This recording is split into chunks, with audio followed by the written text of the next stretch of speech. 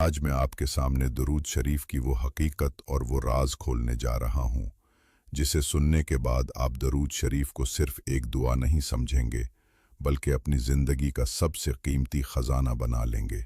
दुरूद शरीफ दरअसल वो ज़िक्र है जो ज़मीन से निकलता है और आसमान तक पहुँचता है।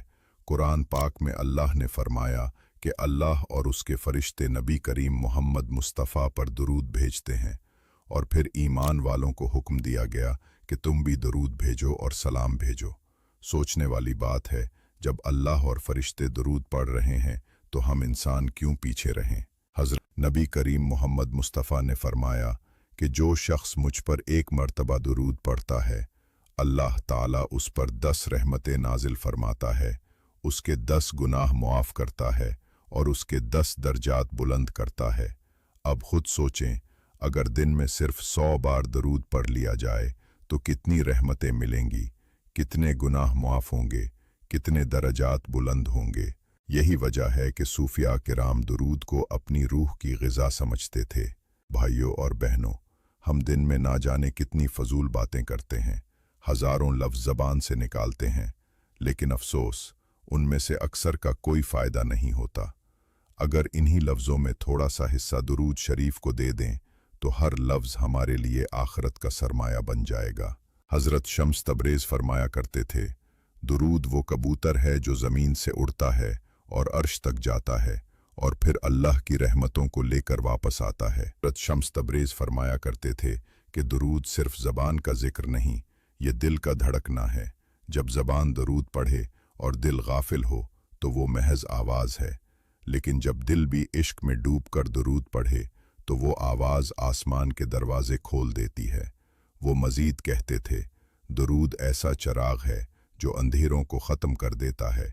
जिसके दिल में मोहब्बत हो और ज़बान पर दुरूद हो, उसके करीब शैतान नहीं आ सकता। भाइयों और बहनों, याद रखें, दुरूद शरीफ पढ़ने वाला कभी अकेला नहीं होता। जब बंदा दुरूद पढ़ता है तो अल्लाह के फरिश्ते उसके पास आकर उसके लिए दुआ करते हैं। सोचें, वो फरिश्ते जो कभी गुनाह नहीं करते, वो हमारे लिए अल्लाह से रहमत की दुआ करें, तो फिर हमारी किस्मत कैसी बदल सकती है। सूफिया कहते हैं कि दुरूद शरीफ ऐसा दरख्त है जो दिल की ज़मीन में लगाया जाए तो उसकी जड़ें जन्नत तक पहुंच जाती हैं, और जब क़यामत का दिन आएगा तो ये दरख्त हमारे लिए साया बनेगा। एक बुज़ुर्ग के बारे में आता है कि वो हर हाल में दुरूद शरीफ पढ़ते रहते थे। किसी ने पूछा, आप इतना दुरूद क्यों पढ़ते हैं? वो मुस्कुरा कर कहने लगे, मैंने अपनी ज़िंदगी में ये राज पा लिया है कि जब मैं लोगों से बात करता हूँ तो दिल बोझल हो जाता है, लेकिन जब मैं नबी करीम मोहम्मद मुस्तफ़ा पर दुरूद भेजता हूँ तो दिल हल्का और रोशन हो जाता है।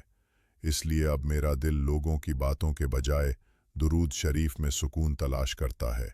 ये है वो असल राज कि दुरूद सिर्फ ज़बान का विर्द नहीं बल्कि दिल का सुकून है।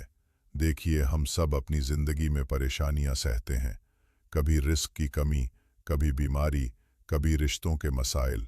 लेकिन क्या आपने गौर किया, जब हम परेशानी में होते हैं तो ज़बान से शिकवे निकलते हैं, लेकिन अगर उन्हीं लम्हों में हम ज़बान को दुरूद शरीफ का आदी बना लें तो दिल को सुकून और मुश्किलात को आसानी में बदलता हुआ खुद देखेंगे। हज़रत शम्स तबरेज़ ने फरमाया, दुरूद पढ़ने वाला आशिक कभी नाकाम नहीं होता। अगर दुनिया उसे धत्कार दे, अगर लोग उसका साथ छोड़ दें, तो भी उसके पास एक ऐसा सहारा होता है जो कभी नहीं टूटता, और वो सहारा है नबी करीम मोहम्मद मुस्तफ़ा की मोहब्बत। रहीम, मेरे अजीज़ भाइयों और बहनों, कभी आपने सोचा है कि एक ऐसा कलमा, एक ऐसा जिक्र है जो आपके दिल की बेचैनी ख़त्म कर दे, आपके गुनाहों को मुआफ़ करा दे, आपके दर्जात बुलंद कर दे और आपको नबी करीम मोहम्मद मुस्तफ़ा के करीब कर दे। जी हाँ, वो कलमा है दुरूद शरीफ।